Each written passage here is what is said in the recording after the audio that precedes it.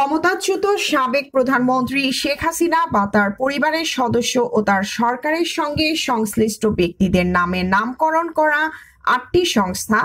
প্রতিষ্ঠান ও স্থাপনার নাম বাতিল করে নতুন নামকরণ করা হয়েছে। এর মধ্যে বাংলাদেশ নৌবাহিনীর ৩টি, বাংলাদেশ বিমান বাহিনীর ৩টি, সামরিক বাহিনী কমান্ড ও স্টাফ কলেজের ১টি এবং প্রতিরক্ষা মন্ত্রণালয়ের ১টি সংস্থা, প্রতিষ্ঠান ও স্থাপনা রয়েছে। রোববার ৯ মার্চ প্রতিরক্ষা মন্ত্রণালয়ের সচিব মোহাম্মদ আশরাফ উদ্দিন স্বাক্ষরিত এক প্রজ্ঞাপনে বলা হয়,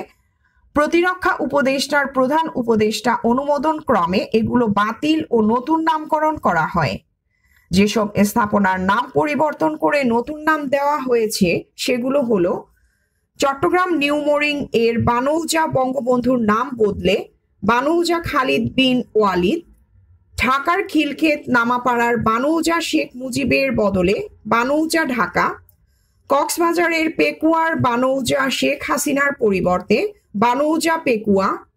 ঢাকা সেনানিবাসের কুর্মিটোলার বাংলাদেশ বিমান বাহিনী ঘাঁটি বঙ্গবন্ধুর বদলে বাংলাদেশ বিমান বাহিনী ঘাঁটি বীর উত্তম একে খন্দকার,